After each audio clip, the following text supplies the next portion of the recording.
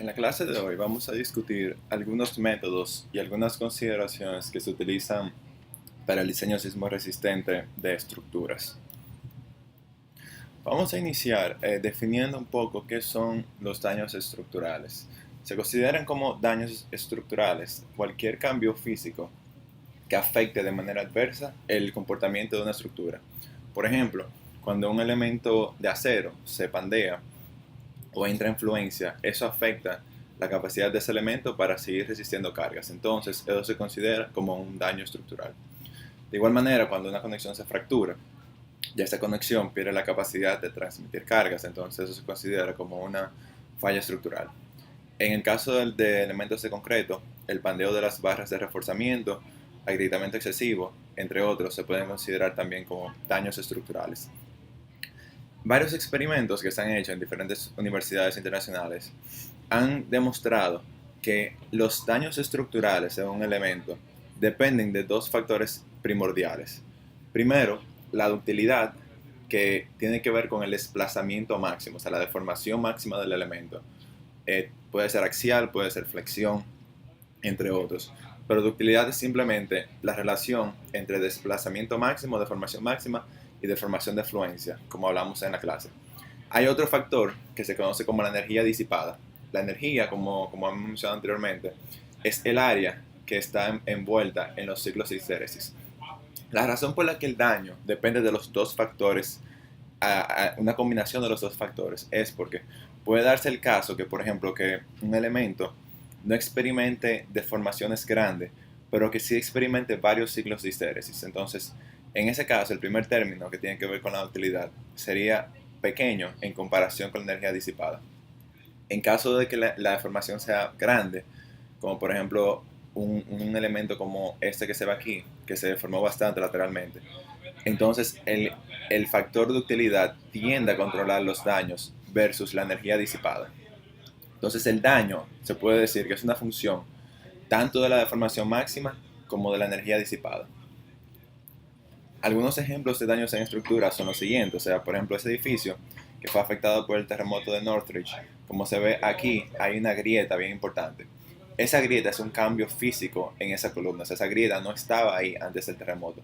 Ese cambio físico que tiene que ver con esa grieta implica que ese elemento ya no tiene la capacidad de transmitir las mismas cargas que tenía originalmente. Otro ejemplo de daño estructural es el caso del colapso del puente I-35 en Minneapolis. Ese puente falló debido al pandeo de una placa local, o sea, esa placa en esa conexión que se ve bastante delgada, se pandió, lo que provocó la fractura de esa conexión y el puente completo, eh, se generó una progresión de colapso en el puente. Otros ejemplos, por ejemplo, en el terremoto de Haití, el de Northridge, que le acabo de mencionar, y Kobe, en Japón, muestran fallas de diferentes estructuras debido a una progresión en la falla de diferentes elementos estructurales. En otra palabra, la estructura falla porque una progresión de diferentes elementos que se van fracturando hasta que se genera un mecanismo de colapso.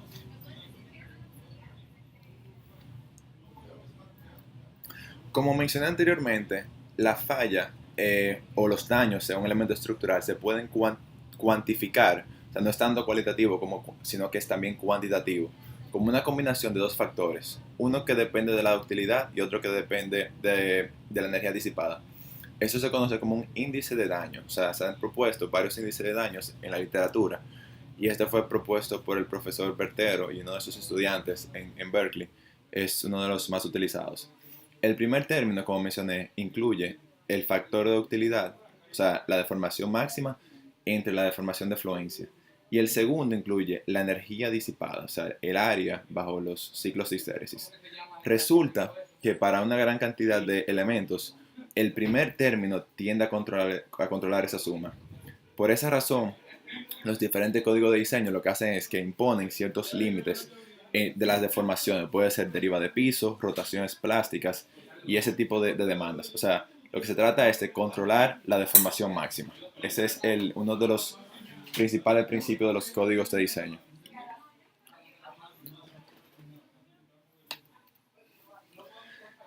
Entonces ya sabemos lo que son daños. Entonces lo que se hace es, para fines de diseño y de evaluación de estructuras, es que se definen lo que se conocen como niveles de desempeño en función de los daños que puede sufrir una estructura. Los tres niveles de desempeño que más se utilizan en la práctica son ocupación inmediata, que significa que una estructura que está en este estado límite debe resistir terremotos frecuentes de intensidad baja con daños estructurales mínimos. Eso puede ser, por ejemplo, agrietamiento leve de concreto, fluencia del acero, fluencia mínima sin que se genere un mecanismo de colapso y ese tipo de cosas. Este estado límite se chequea para un terremoto o un espectro con probabilidad de excedencia de 2% en 5 años, lo que es equivalente a 20% en 50 años o un periodo de recurrencia de 250 años. O se puede calcular utilizando lo que el tema que tiene que ver con probabilidad y estadística y su aplicación en el análisis del riesgo sísmico que hablamos en el tema 6. El siguiente estado límite es seguridad de vida, que es para el cual se diseña en el código, casi en todos los códigos internacionales de diseño. Una estructura que satisface este nivel de estado límite debe resistir el terremoto de diseño, que se define como 2/3 del terremoto máximo esperado. Por eso que se incluye ese 2/3 en el código de diseño. O sea, cuando vean el código de diseño se van a dar cuenta que la ordenada espectral está multiplicada por un factor de 2/3. Ese 2/3 es para llevar el terremoto máximo considerado de prevención de colapso a seguridad de vida. Entonces, para ese nivel de desempeño es que se diseña. Bajo ese terremoto, o sea, de diseño, que es 2/3 del terremoto máximo considerado o esperado, se espera que la estructura sufra daños importantes como agrietamiento importante, pandeo de elementos esbeltos, pero que se minimice el riesgo de fatalidades, o sea, que no se formen mecanismos importantes de colapso. Ese terremoto corresponde aproximadamente a una probabilidad de excedencia de 10% en 50 años o un periodo de recurrencia de 475 años. El último nivel de desempeño o estado límite se conoce como prevención de colapso y consiste en que la estructura debe resistir el terremoto máximo considerado, o sea, la aceleración espectral SS sin reducir por el 2/3, sufriendo daños importantes y estando en lo que se conoce como un estado de deformación justo antes de que se forme el mecanismo. O sea, esencialmente la estructura está en un mecanismo total o parcial de colapso, pero justo antes de que ese mecanismo se forme. Ese terremoto corresponde a una probabilidad de excedencia de 2% en 50 años, o lo que es equivalente, un periodo de recurrencia de 2.475 años, que vimos anteriormente cómo se calcula. Entonces la idea es que buscar una forma de definir tanto cualitativa como cuantitativamente los daños en una estructura. O sea, esos son representaciones cualitativas, digamos. Cuando yo digo, por ejemplo, agrietamiento del concreto, eso es algo que es cualitativo. Entonces, eso lo que permite es definir una medida que es extrapolable, digamos, entre diferentes estructuras y que se puede entender de manera coloquial. Esa es la parte cualitativa. Entonces, lo que vamos a ver más adelante es cómo se verifican esos estados límites de manera cuantitativa. Independientemente del método de diseño que se utilice, el nivel de desempeño que acabamos de mencionar es lo que define las cargas de diseño, o sea, es lo que define el diseño de la estructura en base a un registro o a un nivel de espectro que hemos considerado mediante un análisis de riesgo sísmico. El nivel de desempeño se puede estimar utilizando generalmente dos clases de métodos, uno que se conocen como métodos basados en capacidad o resistencia y los métodos basados en desplazamiento. El objetivo general, independientemente del método, es controlar el modo de falla, o sea, que la estructura falle de manera dúctil, generando deformaciones grandes, o sea, que se puedan observar a la vista, y que no sea una falla frágil, que son fallas que son súbitas. En el diseño por capacidad, lo que se hace es que se define la fuerza de fluencia para forzar a la estructura a que falle con un modo esperado. Generalmente se utiliza un análisis lineal, por ejemplo, un análisis de carga lateral equivalente o un análisis modal espectral. En el diseño por desplazamientos se verifica, mediante un análisis no lineal, que puede ser estático o dinámico, que la estructura falle en el modo que deseamos. O sea, la principal diferencia, los dos son métodos en los cuales tratamos de calcular un modo, de estimar un modo de falla que deseamos, basado en un nivel de desplazamiento que esperamos. O sea, cuando tenemos un factor de utilidad de 8, por ejemplo, de 5, de 4, lo que sea, estamos esperando un nivel de deformación. Ahora, la diferencia es cómo diseñamos la estructura para ese nivel de deformación. Entonces, ahí es que viene la definición de diseño por capacidad o por desplazamientos. Cabe destacar, o sea, que en el diseño por capacidad tenemos en mente un nivel de deformación. O sea, de nuevo, tenemos en mente un nivel de deformación, o sea, tenemos en mente un factor o un nivel de utilidad que esperamos. Pero ese nivel de utilidad lo obtenemos definiendo una capacidad de fluencia de la estructura. O sea, no calculamos desplazamiento de manera directa, sino que definimos la fluencia y después verificamos el desplazamiento. En el diseño por desplazamiento, que es también lo que se conoce coloquialmente como por desempeño, independientemente de que los dos son por desempeño, porque los dos métodos involucran un estimado de desplazamientos. El método por desempeño, digamos, al 100%, es cuando se utiliza tanto para el análisis como para el diseño, mediante un análisis no lineal. En el diseño por capacidad, como yo mencioné, lo que se hace es que se define la fuerza de fluencia. O sea, en otras palabras, el cortante basal en el momento en que la estructura fluye, o sea, que va a causar la fluencia. Lo que se hace es, basado en las conversaciones de la clase anterior, es que se asume que el sistema lineal elástico equivalente tiene el mismo desplazamiento de fluencia que el sistema inelástico. O sea, si usted hace, lo que se está asumiendo es que si usted toma una estructura, hace un análisis elástico y un análisis inelástico de la misma estructura, el desplazamiento máximo es aproximadamente igual. Eso solamente, como lo vamos a discutir con más detalle en el próximo slide, la próxima diapositiva, esa aproximación es buena para estructuras que son flexibles. Son estructuras que tienen periodo de vibración aproximadamente mayor de 0.75 a un segundo. Para estructuras rígidas, esa aproximación no es buena. O sea, el sistema inelástico sufre deformaciones mucho más grandes que la deformación del sistema elástico equivalente. Como vimos en esa clase anterior, el cortante de fluencia lo podemos escribir como la rigidez por el desplazamiento espectral reducido por un factor de ductilidad. Llegamos a esa expresión, de nuevo, basado en la idea de que esos desplazamientos son iguales. Eso es igual, simplemente sustituyendo la relación entre el desplazamiento y la pseudoaceleración espectral, es igual al peso multiplicado por un factor, que es el coeficiente basal, reducido por un factor de ductilidad. Se diseña para un factor de utilidad reducido, que le llamamos μ, de manera que en principio, si la estructura es sometida al terremoto de diseño, o sea, que es consistente con el espectro de diseño, la estructura va a desarrollar el nivel de utilidad μ, o sea, ese nivel de utilidad mediante el cual estamos reduciendo la fuerza de diseño.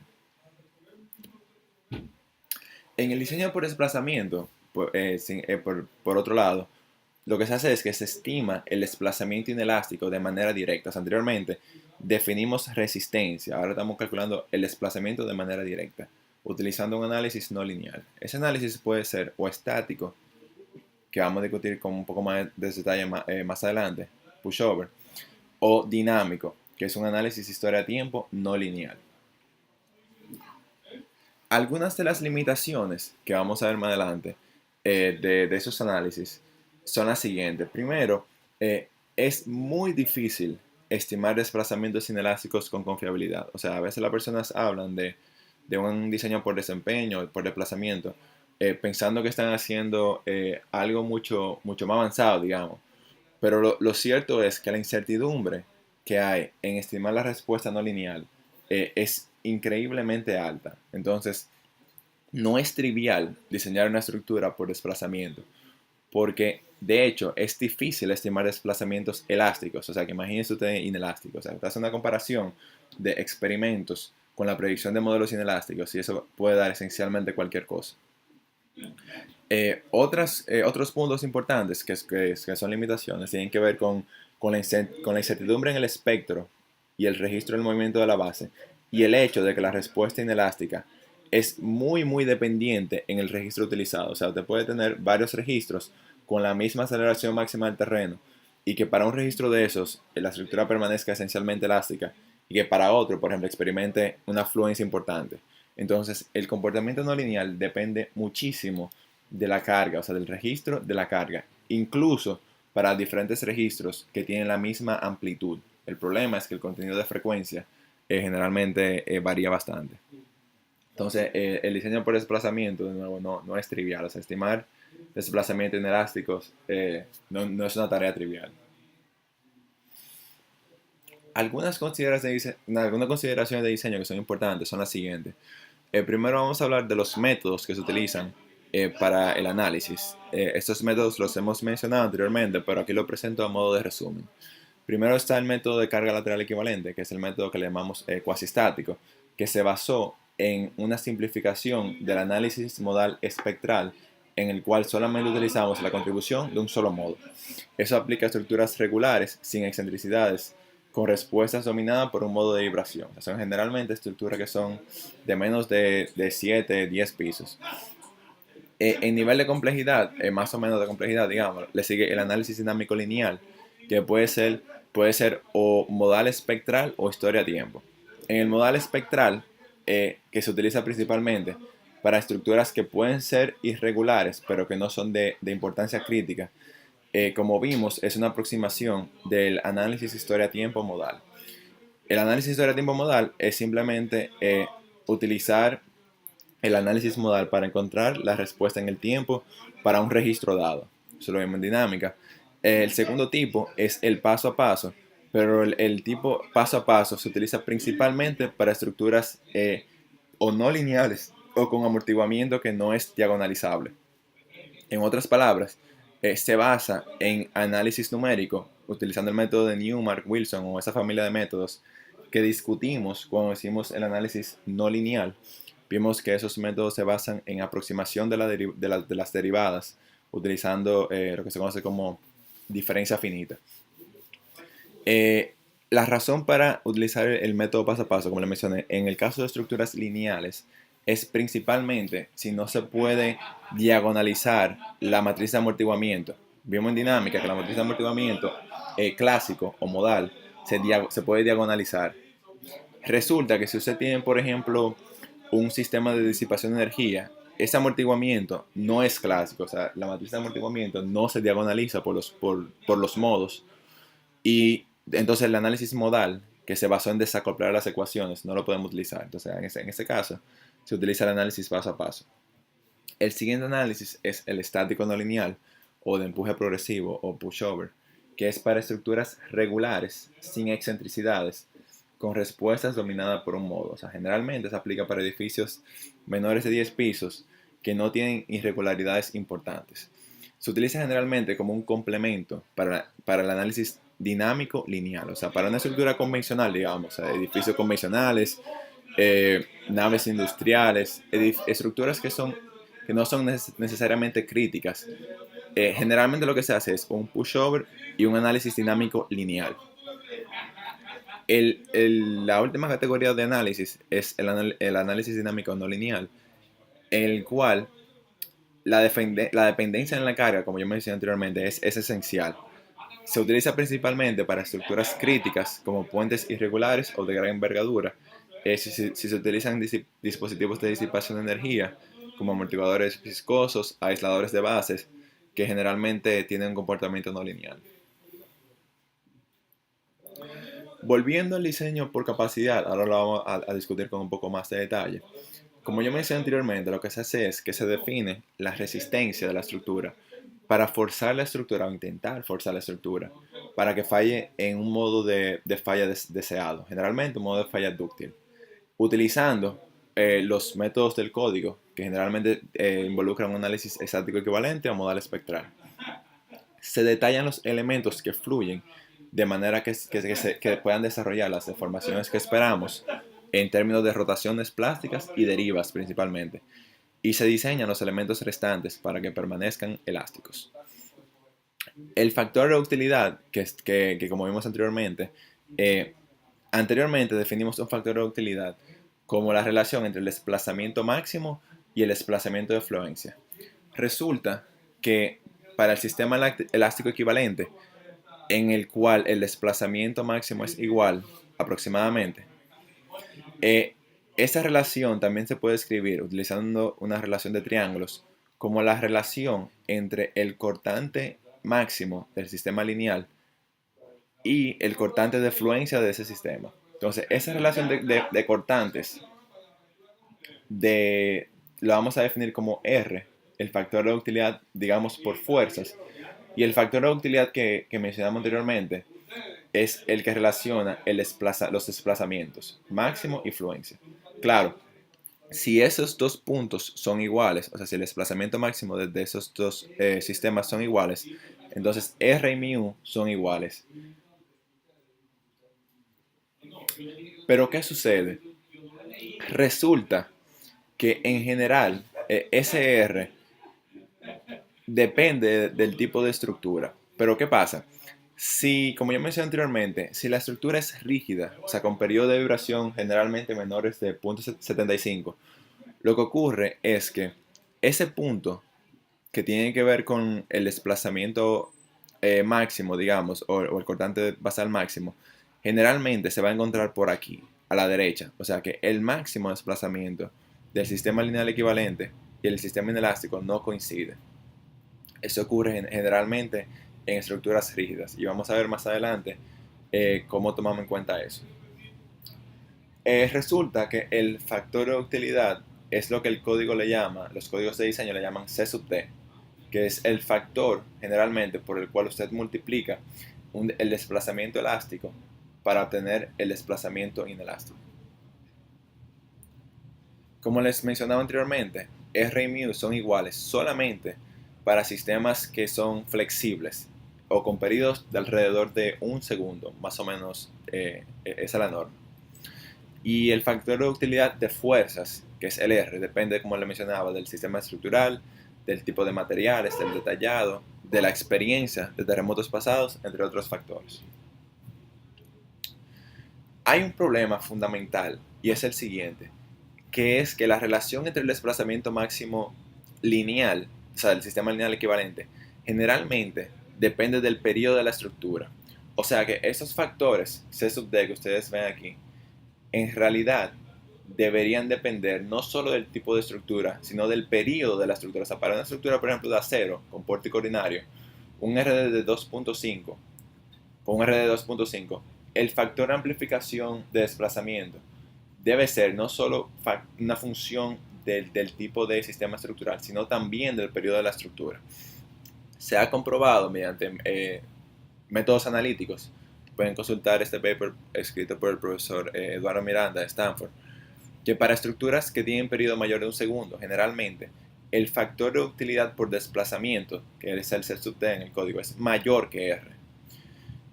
Para estructuras que son muy flexibles, o sea, con periodo de vibración de alrededor de más de 1.5 o 2 segundos, es un poquito menor, que es lo que refleja el código. O sea, el C sub D es un poquito menor que el R sub D. Pero ¿qué pasa? Para estructuras que son rígidas, o sea, con periodos entre 0.25 y 0.5 segundos, independientemente del tipo de sistema estructural, debe utilizarse un factor de utilidad por desplazamiento que es mayor al que es por fuerzas. Generalmente ese factor es el doble.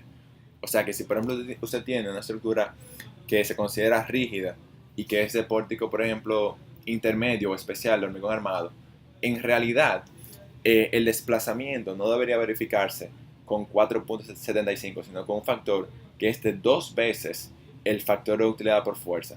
Porque lo que ocurre es que para esas estructuras, como lo mencionaba anteriormente, el desplazamiento máximo del sistema inelástico es mucho mayor que el sistema elástico. O sea, esa relación entre esos dos factores no es de igualdad, sino que ese factor que amplifica el desplazamiento es considerablemente mayor al que involucra la relación entre las fuerzas.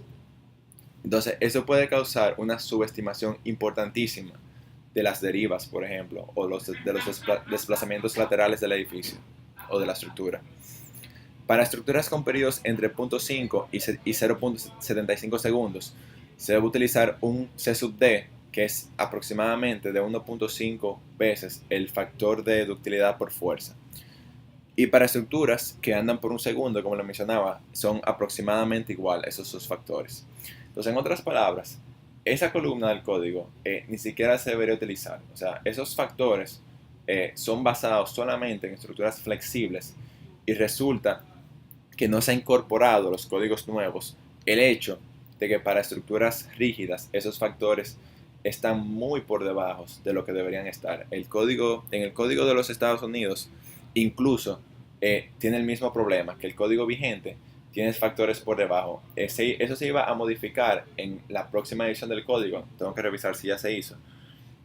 En el caso del código de los Estados Unidos, pero en el código nuestro, como nosotros generalmente seguimos los mismos lineamientos que el código de ley ASCII 7, probablemente tome unos años incorporar eso, pero tomen eso en cuenta cuando vayan a hacer un diseño sismo resistente en el futuro.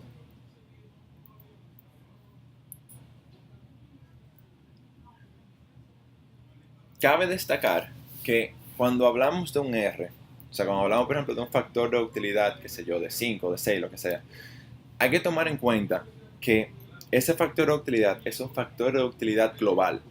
Y ese factor se basa en la ductilidad de miembros individuales. O sea, si usted tiene un pórtico, por ejemplo, como ese pórtico que se ve aquí, y usted hace un análisis tipo pushover, por ejemplo, usted se va a dar cuenta que si el pórtico fue diseñado para que falle con el mecanismo de columna fuerte, viga débil, que vamos a hablar más adelante, resulta que la primera articulación plástica se va a formar en una viga, y después en la otra viga, hasta que se forme el mecanismo en la columna.